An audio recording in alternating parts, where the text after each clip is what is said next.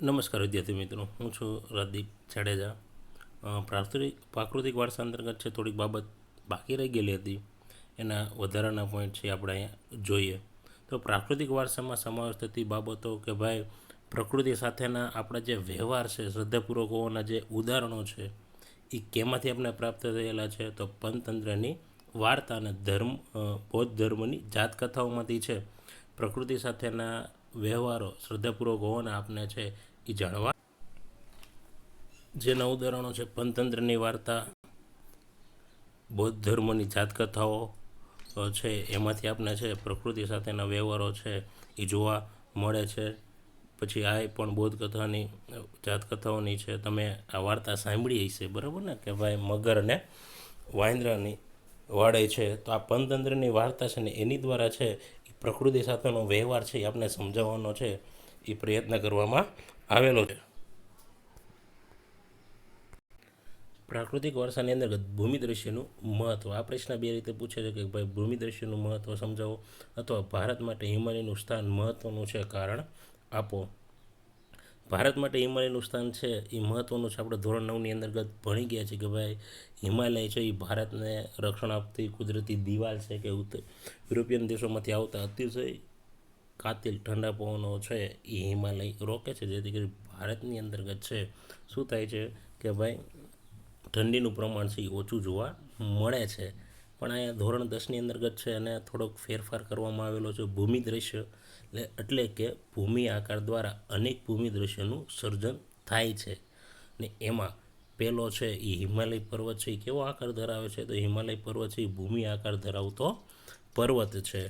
તો તમને બધાને ખ્યાલ છે કે ભાઈ હિમાલયની અંતર્ગત કઈ કઈ વસ્તુઓ છે એ આપણે ઉપયોગી છે? તો તમે જો તો હિમાલયના પર્વત ઉપર છે આપણે શું શું જોવા મળે છે? એક તો વનસ્પતિઓ, પછી ખનિજો, પશુ પક્ષીઓ અને બરફથી આચ્છાદિત થયેલા શિખરો છે આપણે જોવા મળે છે, બરાબર ને? કે ભાઈ વનસ્પતિ હોય છે, પછી ખનિજો પણ છે ત્યાં પુષ્કળ પ્રમાણની અંતર્ગત છે, મોટાભાગે આપણે મળતી હોય છે.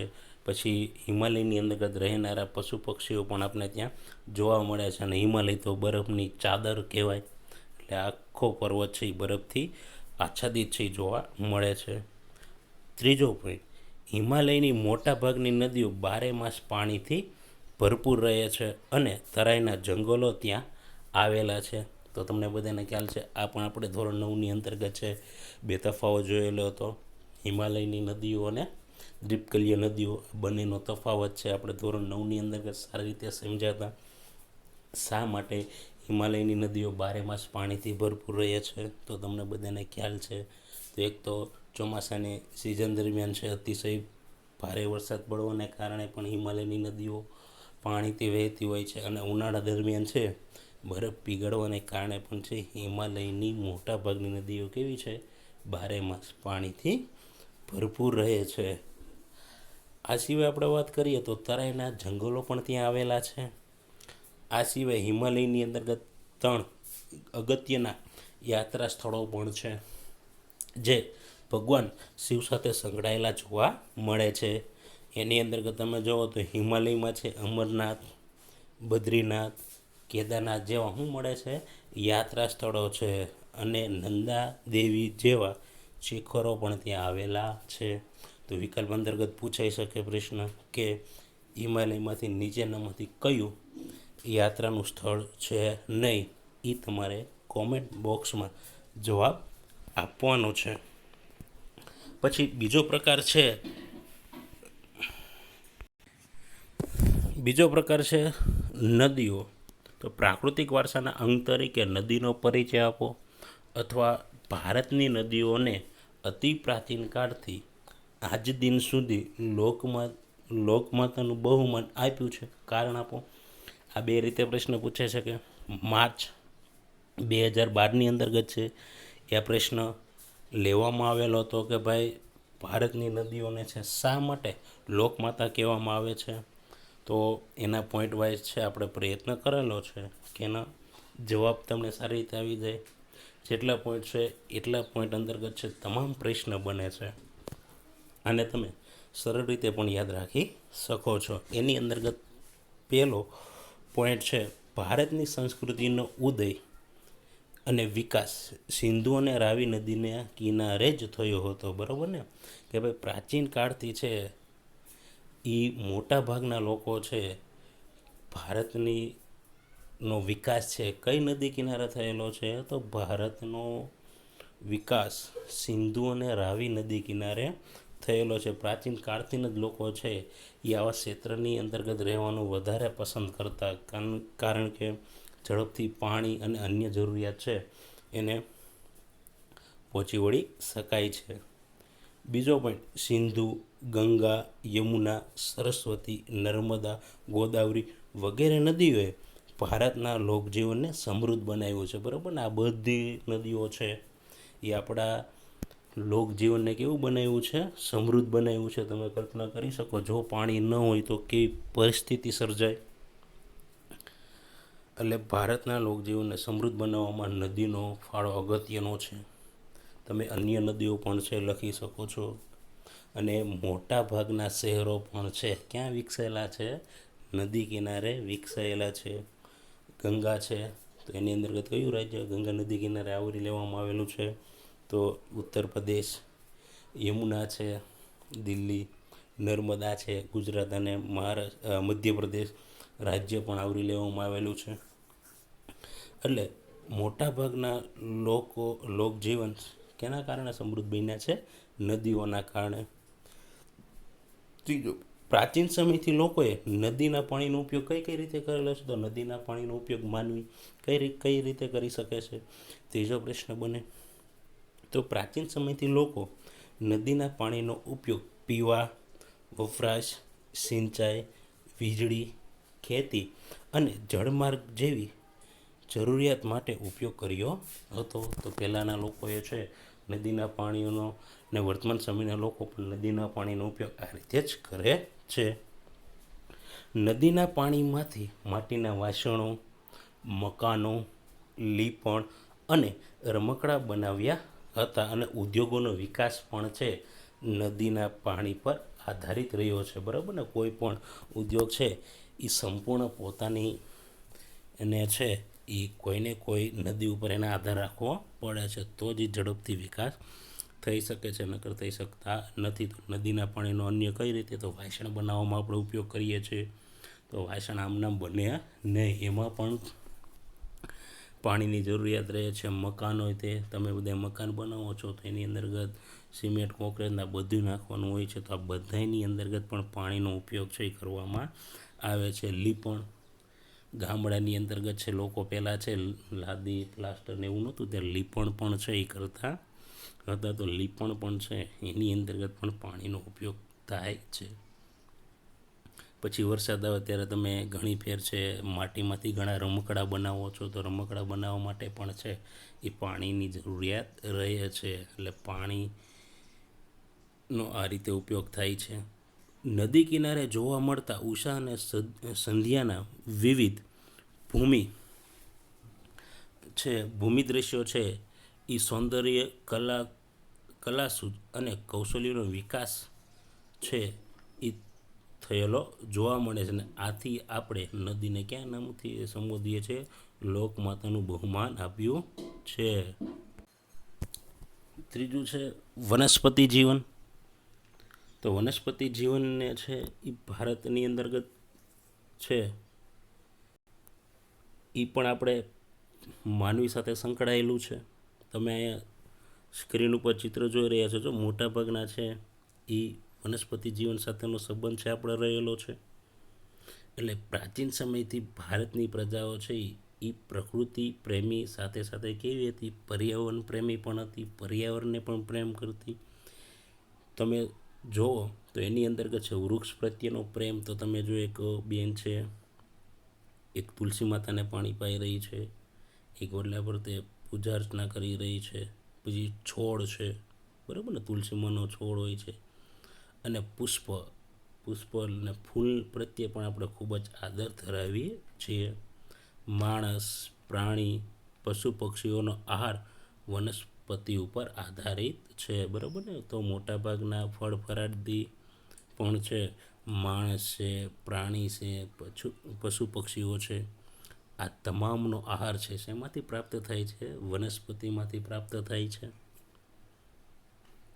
આપણા દેશમાં વર્ષોથી વડ, પીપળો, તુલસી વગેરેને પવિત્ર માનીને પૂજવામાં આવે છે અને વડ સાવિત્રીના વ્રતમાં વડની પૂજા કરવામાં આવે છે. તો આપણે વર્ષોથી આદિકાળથી આપણે લોકો છે એ પવિત્ર એવા વૃક્ષની પૂજા અર્ચનામાં માનતા, ધૂપ દીપ કરતા. એમાં બહેનોનું ખાસ છે એ વ્રત કયું છે? વડ સાવિત્રી. તો વડલાની પૂજા કરે છે જેથી કરીને સુયોગ્ય ભરથાળ એને પ્રાપ્ત થાય છે. તુલસી માતાની દરેક ગૃહિણીઓ છે મોટાભાગે છે એ શું કરે છે? પૂજા અર્ચના કરે છે. અનાજ, કઠોળ, તેલીબિયાના છોડ, ધન ધાન્યથી લહેરાતા ખેતરો, ઔષધિના છોડ વગેરે માનવ જીવનને સમૃદ્ધ બનાવ્યું છે. તો તમે જો અનાજ છે, કઠોળ છે, તેલીબિયાના છોડ, ધન ધાન્યથી લહેરાતા ખેતરો છે અને ઔષધિઓના છોડ માનવ જીવનને કેવું બનાવ્યું? સમૃદ્ધ બનાવ્યું છે. જો આ કંઈ ન હોત તો આપણું અસ્તિત્વ છે કદાચ જોવા મળે નહીં. અરેડ, આમળા, બેહડા, કુવારપાઠું, અરડુસી, લીમડો વગેરે ઔષધિઓ માનવ જીવનને નિરોગી અને સમૃદ્ધ બનાવ્યું છે. બરાબર ને? નાના મોટા રોગથી આપણે પીડાતા હોય છે તો આપણે સૌપ્રથમ કોની ઉપર આધાર રાખીએ છીએ? તો વનસ્પતિ ઉપર આધાર રાખીએ છીએ. એમાં તાવ, ઉધરસ ને એવું થયું હોય તો તુલસીના પાન આરોગવાનું કહે છે, જેના કારણે છે આપણું જીવન છે એ કેવું રહે છે? નિરોગી અને સ્વસ્થ બની જાય છે. એટલે ઔષધિ તરીકે પણ આપણે ઘણી બધી વનસ્પતિનો ઉપયોગ કરીએ છીએ. મોગરો, ગુલાબ, કમળ, ડમરો, સૂરજમુખી, ચંપો, નિષ્ગંધા, જુઈ વગેરે પુષ્પો માનવ જીવનને સુંદર અને સુવાસિત બનાવ્યું છે. તમે ઘણા બધા પુષ્પો લ્યો, બરાબર, એની અંદર મોગરો છે, ગુલાબ છે, કમળ છે. તો કમળની તરત પ્રતિકૃતિ થાય, ભાઈ કમળ ઉપર કોણ બિરાજમાન છે? લક્ષ્મી માતા બિરાજમાન છે. તો આપણે ઘણા બધા પુષ્પોને છે એ દેવી દેવતાઓ સાથે પણ સંબોધન કરીએ છીએ અને આ દુનિયાની અંતર્ગત છે કુદરતે નૈત નવા સુંદર મજાના અને સુંદર અને સુવાસિત જીવન બને, ખુશ્બુમાં જીવન બને એટલા માટે રંગબેરંગી કલરના અને વૈવિધ્યતા ધરાવતા પુષ્પો પણ છે એ આપણી સાથે જોડાયેલા છે. આપણે કોઈ દેવી દેવતાની પૂજા અર્ચના કરીએ, કોઈ ધૂપ હવન કરીએ ત્યારે પણ છે પુષ્પોનું મહત્ત્વ રહેલું છે. એટલે આ રીતે વનસ્પતિ જીવન પણ છે એ પ્રાકૃતિક વારસા સાથે સાથે સાથે માનવ જીવન સાથે પણ છે સંબંધ ધરાવે. ચોથો પોઈન્ટ છે વનસ્પતિ જીવન. તો પ્રાચીન સમયથી ભારત પ્રકૃતિ પ્રેમીની સાથે સાથે પ્રાણી પ્રેમી પણ પ્રજાતિ છે. તો સદીઓથી ભારતની પ્રજા કેવી છે? પ્રાણી પ્રિય છે. તમે જુઓ તો જંગલની અંતર્ગત વન્ય જીવન એટલે કે જંગલની અંદર રહેનારા મોટાભાગના પ્રાણીઓનો સમાવેશ થાય છે. એની અંતર્ગત જોઈએ તો હાથી છે, ગેંડો છે, ચિત્તો, વાઘ, વરુ, રીંછ, સિંહ, હરણ, સાબર, રોજ, શિયાળ, સસલા, અજગર, સાપ, નાગ, નોળિયો, ગો, સાહુડી જેવા અનેક જીવો જોવા મળે છે. બરાબર ને? તમે જંગલમાં જાઓ તો તમને નૈત નવા અન્ય વિવિધતા ધરાવતા પણ છે એ વન્ય જીવો જોવા મળશે. સિંહ જોવા મળશે, ગેંડો જોવા મળશે, હાથી જોવા મળશે, અજગર, સાપ, સસલા, હરણ, રીંછ પણ છે તમને જોવા મળે છે. વિશ્વમાં 80 જીવો માત્ર ગુજરાતના ગીરના જંગલોમાં જોવા મળે છે. 20મી સદીની અંતર્ગત છે એ સિંહ ઠેઠ ઈરાક સુધી છે તમને જોવા મળતા હતા, પણ વર્તમાન સમયની અંતર્ગત છે એની સંખ્યાની અંતર્ગત નોંધપાત્ર ઘટાડો થયો છે ને વિશ્વ આખાની અંતર્ગત માત્ર 80 છે એ ક્યાં જંગલમાં જોવા મળે છે? તો વિશ્વ આખામાં 80 સિંહ માત્ર ગીરના જંગલોમાં જોવા મળે છે. લોકોએ વાઘ, મોર, મગર, ગરુડ વગેરે વન્યજીવોને દેવીઓના વાહન તરીકે સ્થાન આપ્યું છે. તમે રસ્તા ઉપરથી ચાલ્યા જાઓ એટલે ઘણા બધા તમને પ્રાણીઓ પણ છે એ પાલતુ પ્રાણીઓ પણ આપણે જોવા મળે છે. એની અંતર્ગત ઘણા બધા પ્રાણીઓને છે એ આપણે કોઈને કોઈ દેવી અને દેવતાઓ સાથે છે એનું વાહન ગણીએ છીએ. બરાબર ને? જેવો આપણે બળદ નીકળે એટલે તરત જ કે આહા શંકર દાદાનું વાહન. ઘરની અંદર ઉંદેડો નીકળે તો આપણે તરત કહીએ ભાઈ ગજાનંદનું વાહન. તો ઘણા બધા દેવી દેવોના વાહન તરીકે પણ આપણે છે એ વન્ય પ્રાણીને સ્થાન આપેલું છે. ભારતના બંધારણે આપણી રાષ્ટ્રમુદ્રામાં 4 સિંહો, ઘોડા અને બળદની આકૃતિને સ્થાન આપી વન્ય જીવોનું ગૌરવ વધાર્યું છે. બરાબર ને? તમને અહીંયા સારનાથના સ્તંભની છે 4 સિંહની આકૃતિ જોવા મળે છે. એની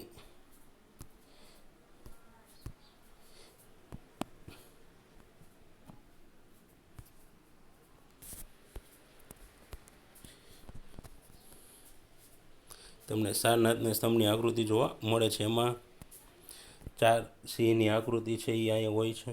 એક સિંહને પાછળ હોય છે. એની નીચે તમે અહીંયા જુઓ તો અહીંયા ઘોડા, બળદ એની પ્રતિકૃતિઓ પણ તમને જોવા મળશે. બળદ છે એ શ્રમનું સાધન છે, ઘોડો છે ચપળતાની નિશાની છે, આપણે દર્શાવે છે. તો સારનાથના સ્તંભને પણ આપણી રાષ્ટ્રમુદ્રા તરીકે સ્થાન આપવામાં આવ્યું છે.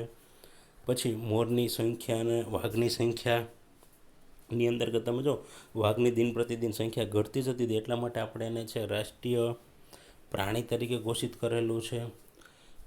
મોર છે એના સુંદર પીછાઓને કારણે પણ આપણે રાષ્ટ્રીય પ્રાણી તરીકે પક્ષી તરીકે છે એ ઘોષિત કરેલું છે. સુરખાબ છે એ ગુજરાત રાજ્યના પક્ષી તરીકે પણ સ્થાન રાખવામાં આવેલું છે. અને વન્યજીવોના રક્ષણ માટે અભયારણ્યો બનાવી તેમના જીવનની સુરક્ષા માટે કાયદાઓ પણ ઘડેલા છે. એટલે વન્યજીવોના રક્ષણ માટે છે શું બનાવવામાં આવેલું છે? અભયારણ્યો. અને એને બચાવવા માટે છે એ કાયદાઓને પણ સ્થાન આપવામાં આવેલું છે.